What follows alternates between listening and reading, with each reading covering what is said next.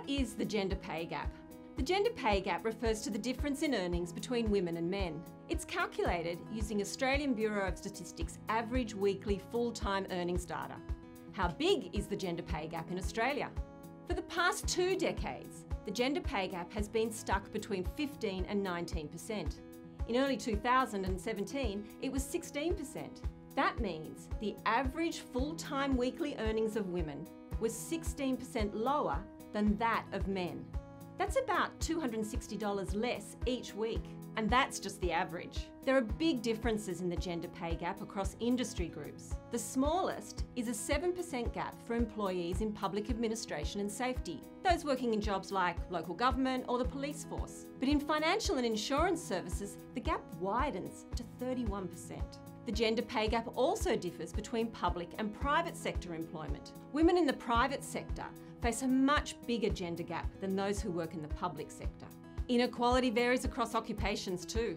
Australian Tax Office data shows some of the biggest pay gaps are between women and men employed as barristers, financial traders and surgeons. So why is there a gender pay gap? In Australia, women and men tend to congregate in different types of occupations. Women dominate retail, education, healthcare and social service jobs. These have been traditionally viewed as low-skilled and attract much lower wages than male-dominated jobs that are defined as skilled, jobs like mining and engineering.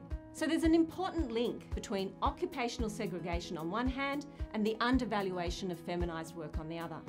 Women also tend to be concentrated in lower-level jobs in frontline services, where incomes are less than those paid to managers and executives, positions that are disproportionately dominated by men. And this has a really big impact on the gender pay gap.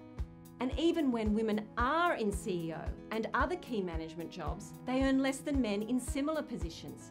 On average, almost 27% less. Another contributing factor to the gender pay gap is that women do far more unpaid domestic work than men, especially if they're mothers. Gender inequality in unpaid work underwrites many of the inequalities faced by women in the world of paid work. So does the gender pay gap matter? Young Australian women are now more highly educated than their male peers, and this should be rewarded in employment and wages. But expectations about women's responsibilities in the home and the types of jobs that are most suitable mean they do not participate in the workforce on equal terms with men. The gender pay gap also means women have less superannuation than men at retirement, leaving many vulnerable to poverty in old age. We know what causes the gender pay gap. Now it's time for action.